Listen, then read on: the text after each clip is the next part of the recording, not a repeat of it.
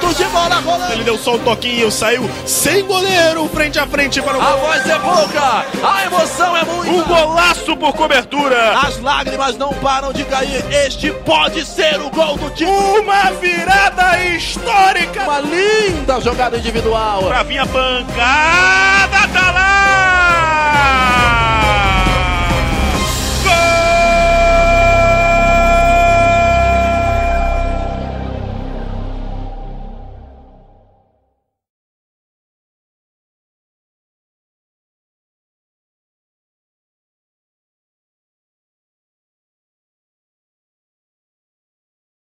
Esse ano de 2014 foi uma segundona que coincidiu com a Copa do Mundo, pelo menos a reta final.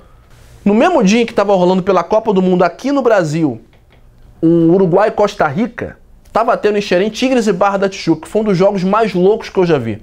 E aí o juiz, que era o Van Damme, né, o Eduardo Cordeiro Guimarães, ele deu um pênalti pro Barra da Tijuca aos 40 e tanto do segundo tempo. Só que eu lá da cabine percebi que tinha sido fora da área. Falei, olha, acho que foi fora da área.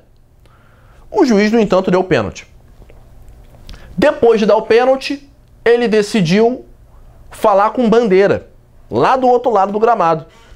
Foi falar com Bandeira, conversou lá com ele mó tempão, os jogadores do Tigres desesperados, dizendo que não tinha sido pênalti, e não tinha sido. Foi falar com Bandeira, 2 minutos, voltou, anulou o pênalti, deu falta fora da área. Aí os caras do Barra da Tijuca foram todos em cima dele. Trocou o lado da reclamação. E Tommy fala, ele já tinha revogado o pênalti. Quando o cara tava pra bater a falta, ele parou, foi no quarto árbitro, na beira do campo, do outro lado. Atravessou o gramado, conversou com o quarto árbitro, ficou um tempão. 2 ou 3 minutos, ele volta, dá o pênalti de novo. Acho que foi o Zé do gol, o Zé Carlos, que bateu, fez 3-2, isso já com 49.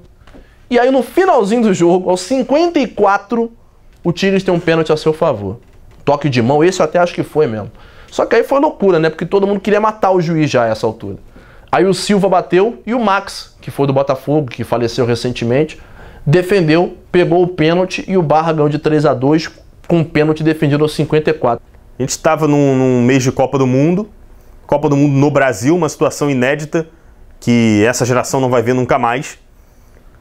E com jogos no quintal de casa e ao mesmo tempo rolando uma segunda divisão que, com todo respeito aos times que chegaram, eram 3 zebras e talvez tirando o Barra Mansa, que tem uma torcida local, mas que no Rio de Janeiro não tem tanta representatividade, apesar de lotar estádio quando está em boa fase no Sul Fluminense, temos outros 2 times que não têm torcida, o Barra da Tijuca e o Tigres. E por mais que a gente cubra os times menores, a gente cobra porque existe um público.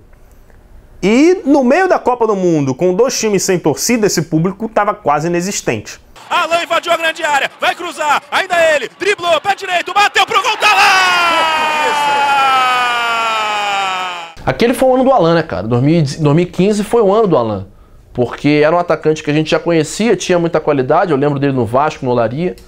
Mas em 2015, na Portuguesa, ele arrebentou. Ele acabou com o campeonato. Ele fazia gol de todo jeito, de perna direita, de perna esquerda, de cabeça. E foi quando eu virei fã do cara. Porque um jogador como o Alan, poxa, com a qualidade dele, ver o que ele sobrava na segundona, muita gente perguntava, poxa, o que o Alan não tá fazendo na primeira divisão?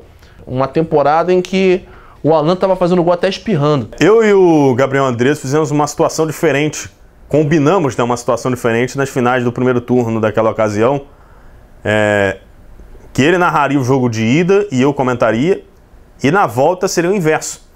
Nesse momento que a gente combinou isso, a gente não imaginava que as finais fossem ser tão eletrizantes e tão decisivas, tão legais.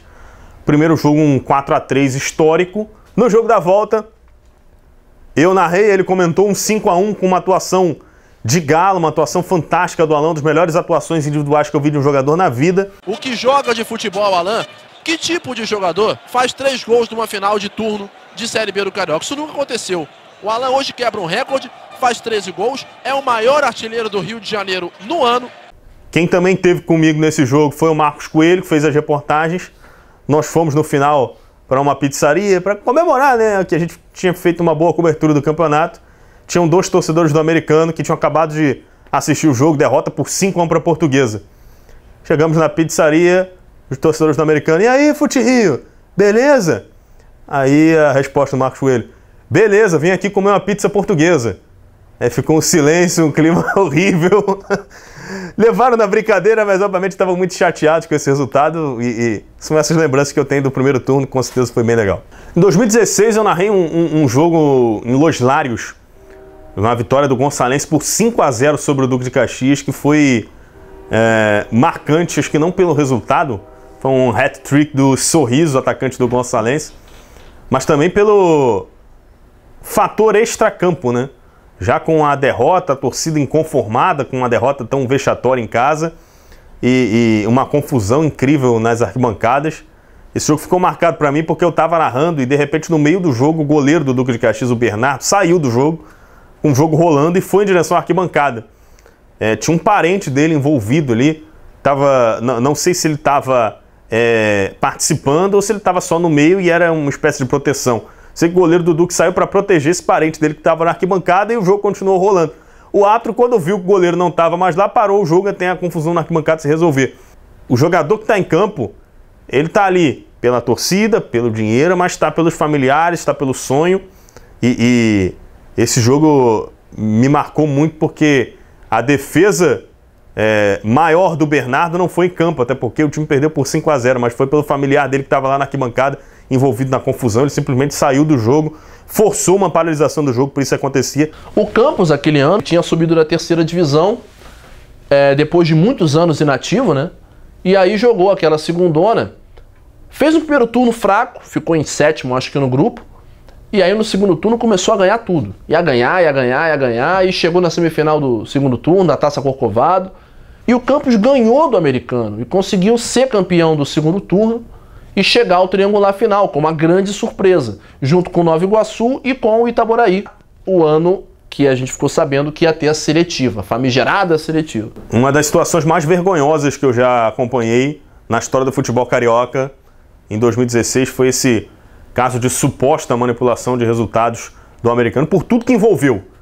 Primeiro, que pelo regulamento, o treinador do Americano, João Carlos, poupou os seus titulares porque o título do segundo turno não valeria muita coisa. E aí surgiu um áudio do diretor cultural, que time pequeno no Brasil tem um diretor cultural, né? Mas aí surgiu um áudio dele dizendo que o Americano tinha que jogar para perder. Diretor cultural. A gente deixa entrar um dos 3 que está conosco agora. Ou o Campos, ou o Lari, ou o Dax. Entrando o Campos, dá pra gente fazer uma parceria lá com o Campos, rebenta o Nova Iguaçu e entra os 2. O TJD em 2 instâncias tinha absolvido o Americano, que era o resultado que, na minha opinião, era o mais correto, porque o time titular foi poupado pensando no triangular final. Quem procurar um pouco sobre o campeonato vai entender que o triangular final era formado pelo campeão do primeiro turno, campeão do segundo turno e o melhor time no geral. E o Americano já era o melhor time no geral. E depois de meses de paralisação, um inferno, chegamos ao tribunal e acompanhamos um julgamento formado por alguns auditores que sequer sabiam o regulamento da competição. Para ele evitar que o Itaboraí, segundo colocado, entrasse no triangular, ele não poderia ganhar o segundo turno. É isso. Então, o que Mas o que o regulamento previa? E um áudio de um diretor cultural acabou influenciando, acabou manchando o campeonato. Voltei de São Paulo remoendo esse resultado, não contra o Itaboraí. Eu acho que se o Itaboraí se sentiu lesado, ele estava no direito dele.